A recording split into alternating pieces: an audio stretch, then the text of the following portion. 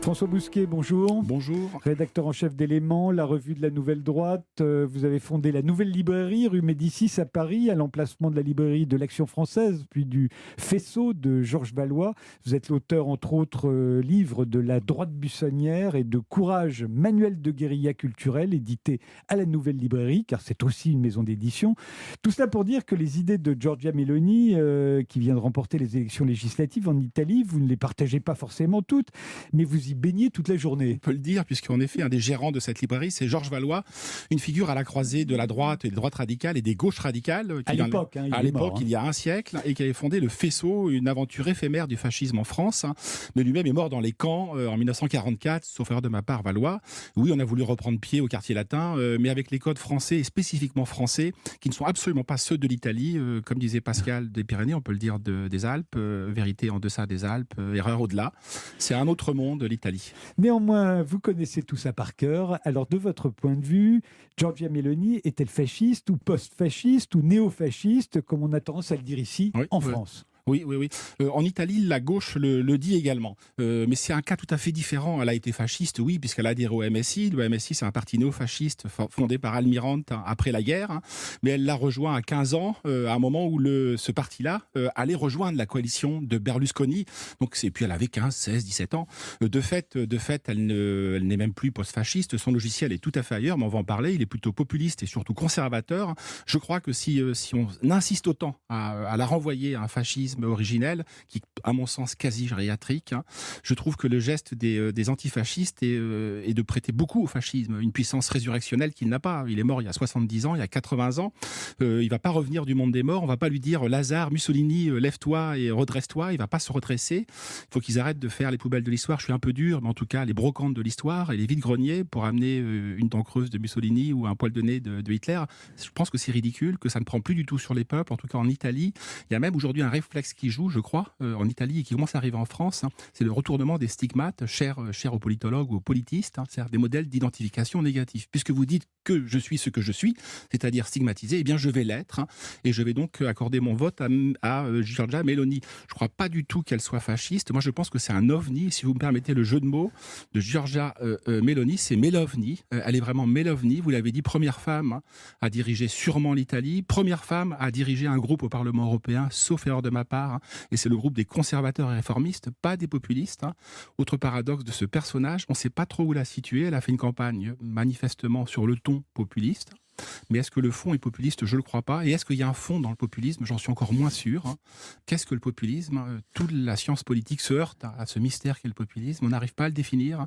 On n'a pas de concept du populisme, alors qu'on a un concept du fascisme, du communisme, du libéralisme, pas du populisme.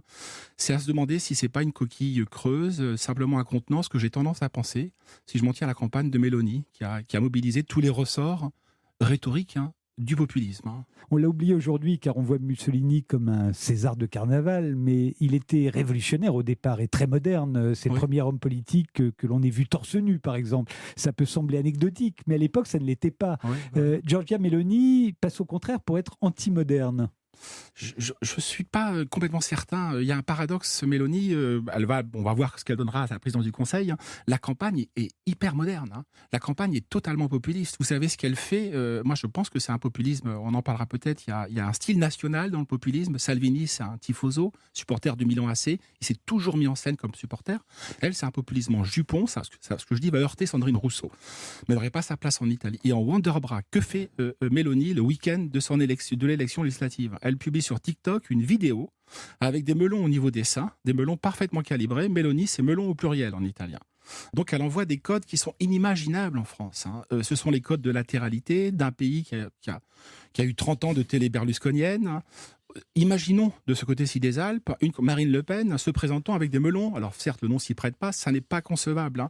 Donc oui, il y a un fond conservateur, mais la rhétorique est postmoderne. On est au cœur du populisme. Qu'est-ce que c'est que le populisme? Comme diraient les politologues, c'est un processus de désintermédiation. C'est-à-dire que vous recourez au code de la société du spectacle, mais pour les détourner contre la société du spectacle. Ce qu'elle fait, vous passez au-dessus ou en dessous, ce qu'elle a fait très bien.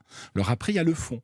Mais le fond, ça reste un mystère. On va voir ce que va donner sa présidence du Conseil si jamais elle devait être choisie par le président. J'entendais par anti-moderne le fait qu'elle s'est opposée plusieurs fois au LGBT, par exemple, qu'elle est hostile à l'avortement, même si elle a dit qu'elle n'avait pas l'intention de revenir sur la loi de 1978. Ouais. C'est en ce sens-là qu'on peut penser, a priori, de ce côté des Alpes, qu'elle est anti-moderne. Ouais. Et vous connaissez le mot de Chesterton sur les progressistes et les conservateurs. Je le rappelle, hein, Chesterton disait que les progressistes, le propre des progressistes, l'affaire des progressistes, c'est de faire des erreurs, et l'affaire des conservateurs, c'est de ne pas les corriger. Moi, je pense qu'elle ne les corrigera pas. Si on l'a su depuis 2018, hein, il y a un processus de recentrage, hein, il y a un alignement idéologique. On observe le même en France avec Marine Le Pen. Il n'est plus question de sortir de l'euro. Alors certes, la thématique est conservatrice. Hein, j'aurais presque envie de dire même qu'elle est pétiniste. Hein. C'est pas travail, famille, patrie, mais c'est Dieu, famille, patrie. Giorgia Meloni. Simplement, il est évident que les Italiens ne savent pas ce que c'est que le phénomène maréchaliste ou pétiniste en France. Hein. Donc oui, il y a du familialisme, il y a une revendication de l'affirmation religieuse et chrétienne, hein, avec un pape qui est un peu aux antipodes. Hein. Il y a du natalisme aussi. Du natalisme, mais l'Italie, le pays démographiquement, je crois qu'avec le Japon, sauf de ma part, c'est là où la démographie est le plus faible. Hein. Donc il est normal que ça obsède en profondeur le pays, puis qui a été un pays qui a envoyé ses immigrés au bout du monde, en Amérique latine, en Amérique du Nord, en France, partout en Europe. Hein. Donc aujourd'hui, il y a un effondrement de la natalité. Il est normal qu'elle mette le curseur là-dessus. Et peut-être, alors les candidats en France, peut-être au sein du RN, qui sont assez loin, qui sont plus proches de Salvini qu'ils ne pourraient l'être de Meloni. Peut-être que c'est pour faire passer une pilule d'une politique plutôt libérale. Hein. Mais là encore, il y a un énorme mystère autour de cette personne. Hein. On fait une pause, François Bousquet, et on se retrouve juste après. On va quand même essayer de percer un peu ce mystère. 9h, 10h, c'est arrivé cette semaine. Avec Frédéric Tadei sur Europe 1. Nous sommes ce matin avec François Bousquet, le rédacteur en chef d'Éléments, la revue de la Nouvelle Droite. On parle de l'arrivée probable au pouvoir de Giorgia Meloni, puisque la coalition a emporté nettement les législatives. Elle a la majorité absolue au Parlement italien, donc a priori, elle est la prochaine présidente du Conseil. Et l'Italie a toujours, pour moi, fait office de laboratoire politique, hein, du temps de Garibaldi, de D'Annunzio, de Mussolini, de Malaparte, comme au temps de Berlinguer et de l'eurocommunisme, ou de Berlusconi qui annonce Donald Trump, de Beppe Grillo et du mouvement 5 étoiles qui annonce Zelensky. À quoi ça tient ? C'est un pays pionnier. C'est un pays indiscutablement pionnier. On pourrait remonter beaucoup plus en amont, fin du Moyen-Âge, début de la Renaissance. Du reste, c'est le pays qui porte la Renaissance, donc le renouveau européen. Qui invente le capitalisme. Qui invente le capitalisme dans les cités-États italiennes, mais qui invente également la politique dans ces cités-États italiennes, qui a des penseurs politiques de premier plan dès le XVe siècle, hein, donc un siècle avant nous. En même temps, le peuple italien traverse une très très longue éclipse aussi politique, parce que l'unification est très tardive. Hein. Donc on peut considérer que c'est un peuple dépolitisé pendant plusieurs siècles, avec un Vatican qui rayonne et qui empêche la constitution d'un État-nation moderne. Hein. Si on s'intéresse au phénomène de l'unification en Italie, il est quand même globalement porté, alors je parle comme un marxiste italien et comme Gramsci en particulier, il est porté par la bourgeoisie du Nord. Le peuple italien est assez peu associé à l'unification. C'est un mouvement romantique, hein, et également économique. Hein. Le pays qui a le plus produit de travaux, souvent géniaux, moi je le trouve vraiment géniaux, sur la sociologie des élites, hein, c'est l'Italie. Il y a un nombre de chefs-d'œuvre sur la sociologie des élites en Italie, considérable, hein, une pensée libérale de premier plan, donc toujours avec un peuple qui est en arrière-plan. Et pourtant, ce peuple, vous l'avez rappelé, le fascisme sort du futurisme, le fascisme sort aussi en partie, parce qu'il y a renoncé Mussolini, mais d'un socialisme, puisque c'est un lecteur de Marx au départ et de Georges Sorel. C'est un socialiste révolutionnaire. Voilà, Alors après, il y a un recentrage, mais au départ, c'est ce qu'il est. Le pays qui fait le premier l'expérience de l'effondrement, moi qui me fascine aujourd'hui en Europe, de la social-démocratie, en l'occurrence de la démocratie chrétienne, 1990, le tout début, c'est l'Italie. Et ça se joue 40 ans plus tard, 30 ans plus tard en Suède. Hein. Mais la démocratie chrétienne, c'est la droite italienne. Oui, c'est le centre droit. C'est le centre droit, mais c'est le centre droit, mais qui s'effondre à la suite des affaires de corruption, d'usure du pouvoir, de ses propres inerties. Vous avez rappelé le phénomène Berlusconi. Est-ce qu'il est transposable en France ? La greffe a échoué quand il a voulu reprendre la 5. Hein. Donc en particulier les codes grotesques qu'il y a dans l'œuvre de Foucault. Et ses cours au Collège de France, un développement sur ce qu'il appelle la souveraineté grotesque. Hein. Et de fait, la souveraineté grotesque a été appliquée par Beppe Grillo. Et moi, je trouve qu'avec Beppe Grillo, on est au cœur du populisme. Pourquoi le populisme est d'abord un dégagisme, hein. C'est Donald Trump, 10 ans dans le jeu télévisé avant qu'il soit élu, The Apprentice, qui veut décrocher le job, vous êtes viré. C'est ce que dit le populiste, vous êtes viré.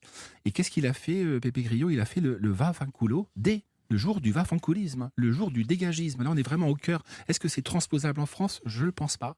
Il y a de fait aujourd'hui une tentation dans les pays européens et les pays occidentaux, une tentation d'un basculement du pouvoir vers des formes grotesques, vers des clowns. Il y a eu plusieurs livres qui ont paru sur le sujet. BP Cryo n'a pas été au pouvoir, mais Zelensky, c'est ce qu'était Zelensky initialement. C'était un clown prémonitoire qui a mis en scène dans une série télévisée son accession au pouvoir. Peut-être que c'est une tentation qui traverse les électorats européens. En tout cas, ça s'est arrêté en Italie et c'est pas arrivé en France. Et le mouvement 5 étoiles a un petit peu échoué puisqu'il a gagné les législatives, les précédentes en 2018. Il a voulu faire une alliance à front renversé qui ressemble beaucoup à ce que nous faisons à Éléments. C'est-à-dire une alliance des droites radicales et des gauches radicales, la Ligue de Salvini et puis les 5 étoiles. Ça n'a débouché sur rien, sinon une usure du pouvoir. Et alors que le parti qui était vierge électoralement, Fratelli d'Italia, rafle la mise aujourd'hui. Ouais. Alors Giorgia Meloni, c'est quoi une catholique, vous l'avez dit, une nationaliste, une conservatrice, une réactionnaire, une libérale, une illibérale ? C'est impossible de répondre à cette question. Je pense qu'on rentre dans des produits politiques hybrides, sûrement. Elle veut arrêter l'immigration, mais en même temps, elle est atlantiste. Elle est pro-Europe, pro-OTAN, elle est pro-américaine, elle est anti-russe. Oui, elle est anti-russe, à la différence de Berlusconi, qui a été très proche de Poutine et de Medvedev. De même pour Salvini, assez proche des Russes. Donc peut-être que ça entraînera des frictions. Moi, j'ai en tête le mot de Guy Mollet. Vous savez, les communistes ne sont pas à gauche, ils sont à l'Est. Elle est à l'Ouest. Elle l'assume depuis toujours. Donc c'est une nouveauté au sein des droites radicales italiennes, mais ce n'est pas une nouveauté au sein de l'Italie. L'Italie, rappelons-le, c'est un pays où il y a des bases de l'OTAN, où l'Amérique est omniprésente depuis le débarquement. Donc, Elle voudrait un régime plus présidentiel. Il faut savoir qu'en Italie, depuis la chute de Mussolini, on a tout fait pour qu'une seule personne ne puisse pas concentrer tous les pouvoirs. Et elle voudrait que le président soit élu au suffrage universel direct. Il faudrait pour ça d'ailleurs changer la Constitution. Réforme, Au fond, ce dont elle rêve, c'est de la 5e République à la française, non ? Oui, parce qu'il y a une telle instabilité constitutionnelle, politique en Italie, je ne veux pas dire de bêtises, mais je crois qu'à peu près la moyenne depuis la fin de la guerre, c'est un régime par an en moyenne, avec des phases où il y a un peu plus d'équilibre et de continuité, mais depuis 2018, je crois qu'il y a 4 gouvernements en Italie. Mais sa coalition tiendra-t-elle, puisque vous l'avez dit, c'est très, ça change tous les ans à peu près. Est-ce qu'elle est avec la Ligue du Nord de Matteo Salvini, Forza Italia de Berlusconi, sachant que l'Italie est terriblement endettée, 150% de son PNB, dépendante du plan de relance européen, dont elle attend encore 138 milliards d'euros, elle n'a pas franchement les coups des libres. Non, elle est liée. De toute façon, l'Italie a le pistolet sur la tempe.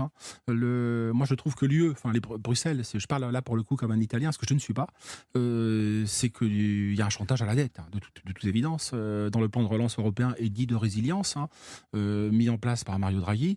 Elle devra l'appliquer. La feuille de route est déjà fixée. Je pense qu'elle va décevoir beaucoup de gens sur ce plan-là. Mais simplement, ce petit mot, moi, quand je dis que c'est un produit hybride, c'est que sur l'immigration, elle est nationale protectionniste. Elle ressemble à Marine Le Pen, elle est très proche. Mais sur quantité de sujets, il semblerait que je sois plutôt libérale conservatrice.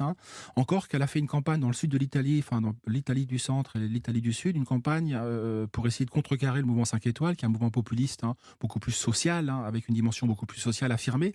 Elle s'est adressée aux petites retraites, aux petites pensions, aux travailleurs indépendants.